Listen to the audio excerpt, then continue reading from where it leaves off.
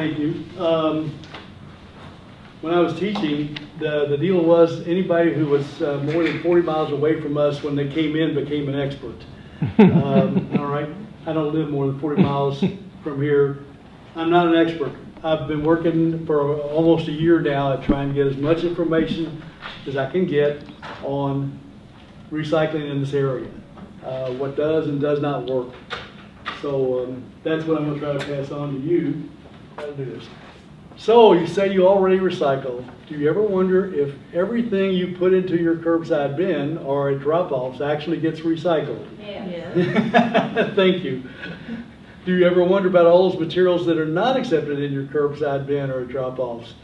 This workshop will be an effort to help you better understand the recycling of materials that are accepted and to help you avoid dumping out everything else into the garbage. We're going to try to help you get things in the right place and get the most done. This is information about the group that I'm representing, which is called Trash Force Incorporated. And I'm not going to read the whole thing to you, but I will tell you 25 years ago, Trash Force initiated recycling in Boyd County. The state later came along and created solid waste management districts, and Trash Force then moved its emphasis to educating, facilitating, trying to help people learn more about this. And the hierarchies, actually we're at the bottom. Recycling, which is what I'm going to talk about, is at the bottom. Reduce is the first thing we should be trying to do, okay? Reuse is the next thing. If you can't reduce, or even if you do reduce, reuse is the next thing. And then recycle is what happens when you can't do those first two and you got something left. Then we're going to try to recycle it. Why should we practice those 3 R's? Well, for one thing, we're using resources that are not infinite, although we act like it at times. We think we're never going to run out of stuff. We're running out of space for landfills. And in 2008, the Clark landfill had an estimated life of 3 years. Obviously, it's gone past that, partly because they purchased more area. We're littering both our land and our oceans. And if we reduce the amount of garbage, we can save on garbage costs. That's not a big issue here, but a lot of communities have gone to places where you're charged on your garbage bill by how much weight you put in the garbage. And by recycling, you remove stuff from your garbage. That also is of importance to a lot of industries. In fact, I worked for one that never got interested in recycling until they found out that they could reduce their garbage bill by recycling. There is a video, but it's called The Story of Stuff, and it's about a 21-minute video, and it gives you some insight about how we are in the situation we're now in. Okay. This is from it's called Litter in America. It's actually from the Keep America Beautiful, and it's an analysis of what kind of litter we have. All right, and one of the things I find interesting in here is right here. That is, there's 6,729 items per mile of roadway. That was the average of pieces that they did on this study. So that means about every foot on the average. So that's one reason. There's also some discussion about the amount of the material that's responsible by, not responsible by, a result of tobacco products, and also about packaging and how we can reduce a lot of this by doing a better job with our packaging. Here, this is marine debris from land and sea. This is what ends up in our oceans. And it tells you how long it takes some of these things to biodegrade, assuming they ever degrade. And something I've been asked about several times today in my booth down there is about the beverage holders, these 6-packs. And I think for the last 20 years, these are supposed to be photodegradable, let's do that right. And they have a little symbol on there that is a diamond. And if you see that, what's supposed to happen is if you stick it out in the sun, in 6 months it will be all in little chips. So actually, they don't want this going into the to the recycle, because there it's going to get buried. It'll just be there forever. Down here, they're talking about foamed buoy, these little fishing lure type things. That's 50 years it takes for that to degrade. You can see some of the other stuff in here. Apple cores are pretty good. They're only 2 months. So this is kind of the stuff that we're putting in the oceans. This is some more. This is a sweep of the oceans, the shorelines primarily, and the countries in yellow. This is from 2010. These countries participated in this coastal cleanup, and what they found was this. This is a list of what they got from those places. This one is interesting. 94,626 packs of cigarettes could have been filled with the amount of cigarettes and cigarette butts collected in 2010. 5,464 cars could have been outfitted with tires from the trash collected in 2010. Yes. Could you talk about that big gob of plastic that's out in the Pacific Ocean? The big glob of plastic is a little bit of a myth. I've done a lot of looking at it. It's not like you're going to go out there and see this big island, although there may be places where there are some of them. But mostly it's just a lot of plastic and other things that have been ground into really small pieces, and the whole area is just concentrated with it. And it's now really not just those areas, but those are the primaries, because it's a kind of a dead zone. And of course, what's going on is that these little bitty pieces are being consumed by little microorganisms, who then are consumed by the next thing up the food chain, and eventually reaches us. So eventually we're going to be eating all this plastic. In fact, we probably already are. I went back to 2013. There's a report that the Solid Waste Management District puts out each year. It's required to file with the state. And it said that we recycled 760 tons. Okay?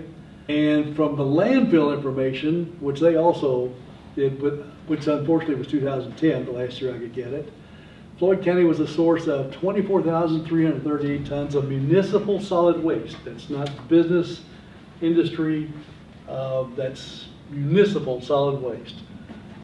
Altogether, there's 26,000 tons between those two, and 3% of it was recycled. Now, this does not take into account what might be going on as far as private collectors who recycle materials and take it down to landfills. If we assume that 760 tons was from the 39,000 residents in 2012 of Floyd outside New Albany, we get a statistic of 12 ounces per person per week. Or if you want to look at another word, it's 3 pounds per person per month. So that's the average recycling. This is the energy savings per ton of recycled material. And of course, aluminum cans is a really big amount. And it's fascinating to me that carpet is here. Copper wires also here. And then here we're getting into the plastics. So this is an indication of how much energy you save by recycling. So we don't save too much energy by recycling paper as compared to the other things? Really? No. I think this is based on, yeah, the savings you get if you recycle it versus having to make it new. It says, yeah, that doesn't do it. No, it's basically comparing it to new. This is a report from the city of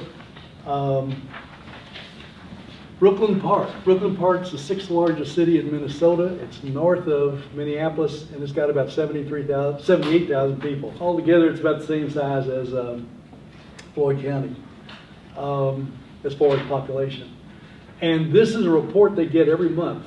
This is for April of 2011. They get a feedback report where actually the people who are collecting their recycling weigh their individual bins, and they will report back to that individual, this is how much you recycled this month, this is how much your neighbors recycled, and the top recycling neighbors recycled this much. This chart right here shows you month by month what the averages are. This is pounds per household per month. And you could recall that in the previous one, I said that it turned out to be 3 pounds per person per month. So this is in the neighborhood of 30 to 35 pounds. So either they have families, households of about 12 people, or they're recycling more than we are.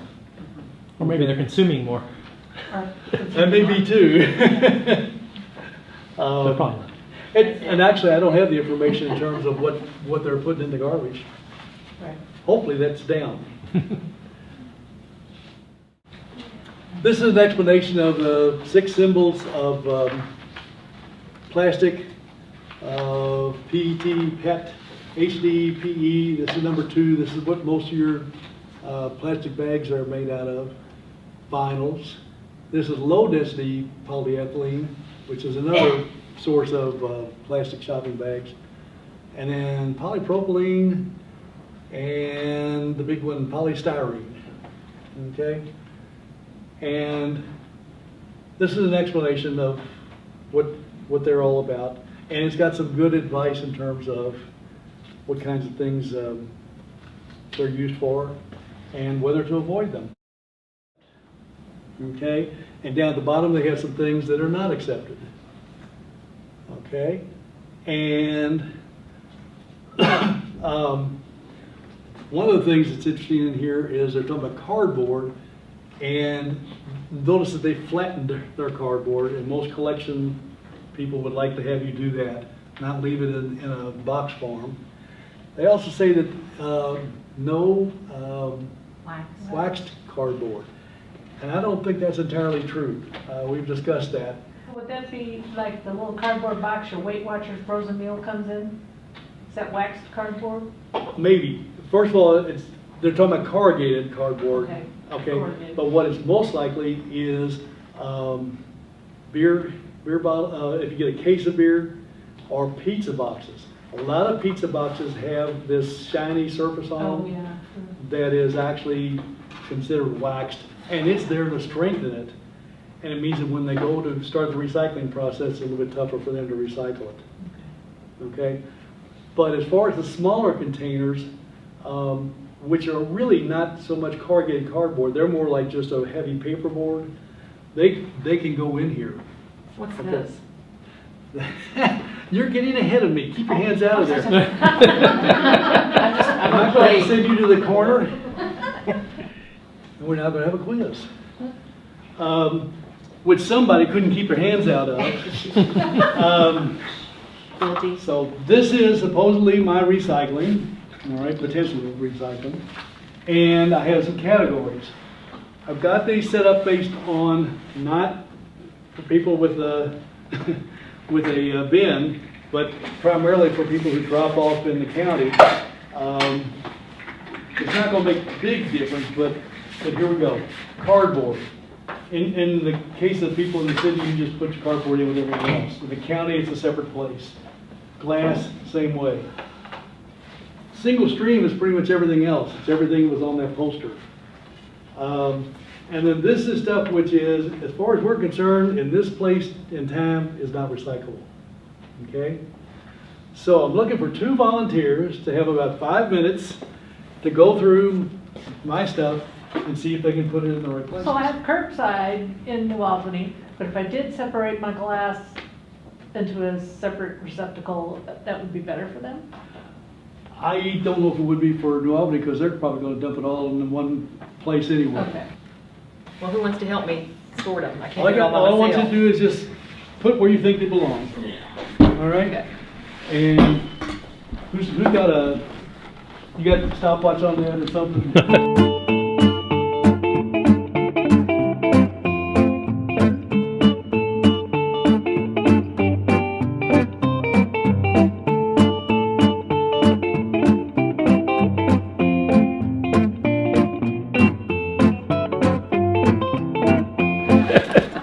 Very good.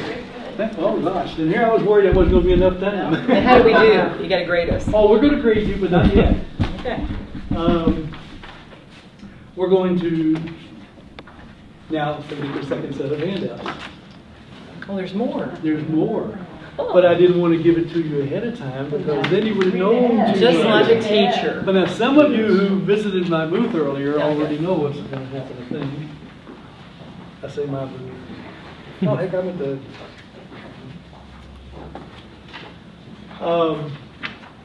We discussed the categories here. Personal philosophy, when you think it might be recyclable, put it in single stream instead of garbage.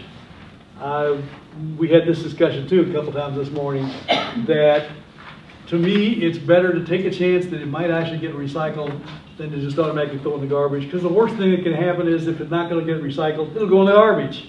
Okay, so take those batteries and put them back to single stream. Good idea. Let's see, yeah. We'll talk more about that one.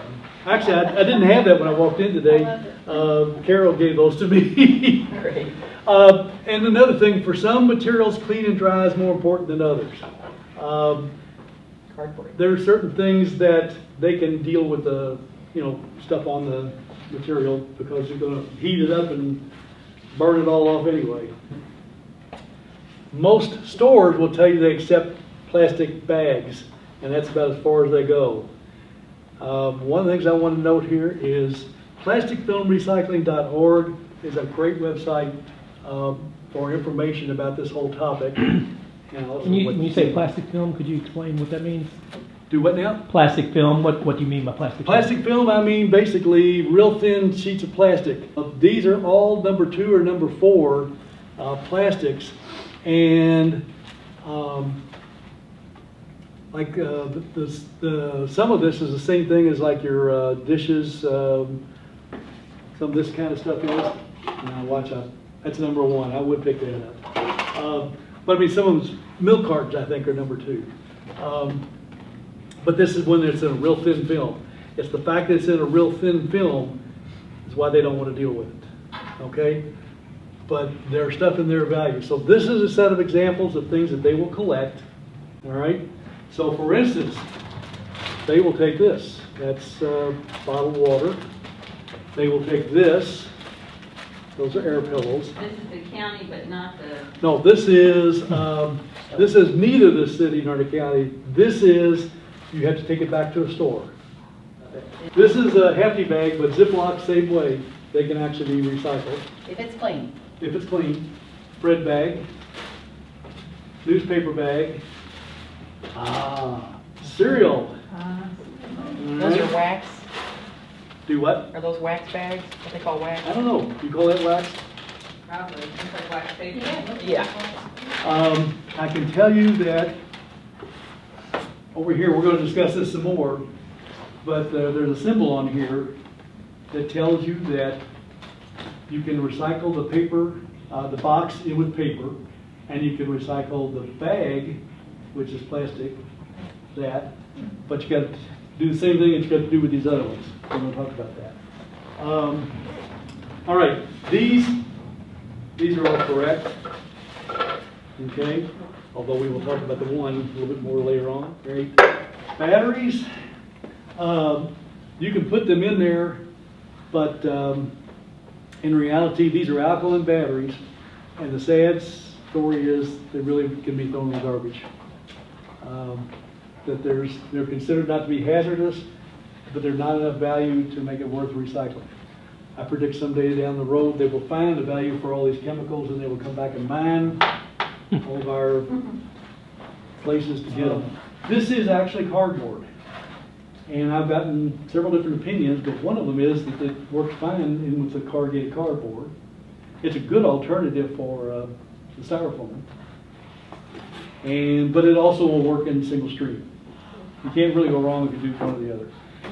I did all this before I talked to Riverside again. This one probably is no problem. That one's going to get recycled, okay? And that's corrugated cardboard. But having talked to them, even with food that's on here, if you will scrape the food off, that may leave a residue, may have a little bit of grease and stuff in there. They say that it's in their building so short of a time period that nothing really bad starts happening. it gets to the customer and the customer starts recycling and that they can deal with that. So they do not have a real big problem as long as you don't have gobs of food actually sticking to it. Okay, why do we recycle plastic films and plastic packaging film? These are some reasons. And the public is demand for recycling. There's an untapped resource. There's a lot of this stuff available, but we just don't seem to get it recycled. It saves natural resources and it conserves resources. That's right. Are any batteries recyclable? Almost all rechargeable batteries are. Just so. Right. The And other ones we can just throw in the garbage? yeah. Garbage can. This is showing you some of the end uses for the plastic film. The film gets recycled into these things. There's some more things on here that it gets recycled into. So there are some applications. And this is going to be my big deal. You'll notice this place, which I don't even know which one this is, but it's these stores are not stores around here. But they have that poster that I had a while ago on this bin, so that people know what's accepted there. And this is my big deal. And even if I don't get anything else done today, we're going to talk about this one. Good stuff. This is a list of stores in this area, and I did this and then I backed off on some of my beliefs. These are number 2 retail bags. I've got other stuff on here too, but the main thing for me right now is this area right through here, the plastic films. The number 2 retail bags, they're all going to take, most all of them take the number 4 newspaper bags. Case wrap and all this other stuff, I know Walmart will do it, all right? Target tells me they will do it, but their station doesn't say it. Lowe's tells me that they'll take it, but their station doesn't say so. And Staples and Kroger are in the same category. So there are benefits to the stores. For one thing, I'm trying to convince them that benefit is people, customers, find out that you are going above and beyond the minimum, recycling some of this other stuff. That's going to be a positive image that might just get some people to come in. They might just bring in their stuff because they know you'll take it and might end up stopping and shopping there. All right, this is Walmart. Walmart tells you that they take dry cleaning bags. That means that they'll take those plastics. And they, I believe, really do it. This is Kroger. Kroger in the state of Indiana has this poster which tells you about things that you can put in there, which has some of these items that we just talked about, and things that you can't put in there. And that is Indiana. It turns out we are not Indiana. We are part of Louisville. Okay? As far as Kroger stores here, we're controlled by Louisville. And I have talked to them because this is the big display you get when you go to a Kroger store in southern Indiana. You got a choice between paper and plastic. And the plastic means plastic bags. I'm trying to convince them that they need to have posters and that they're not the only ones. All these stores who say they're going to do this need to have posters telling people what they will and will not take. Almost all the rest of the stores on this list are doing the same thing. Lowe's, I finally convinced somebody there that yes, we're taking more than just the plastic bags, but they got a little sign up here that says plastic bags only. This is Home Depot, and Home Depot does not mess with them at all. I think these stores need to have a message, and that is, if you're going to accept this stuff, tell us about it. And I've gotten to the point now where I will, every once in a while, put in with all my plastic bags some of these other things, and just take them into one of these stores and put them in their bins.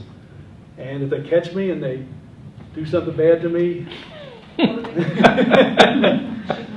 but I think we've got to get them to say, don't just talk the talk, walk the walk. Don't just say you're going to accept things and then not tell people you're really accepting these things.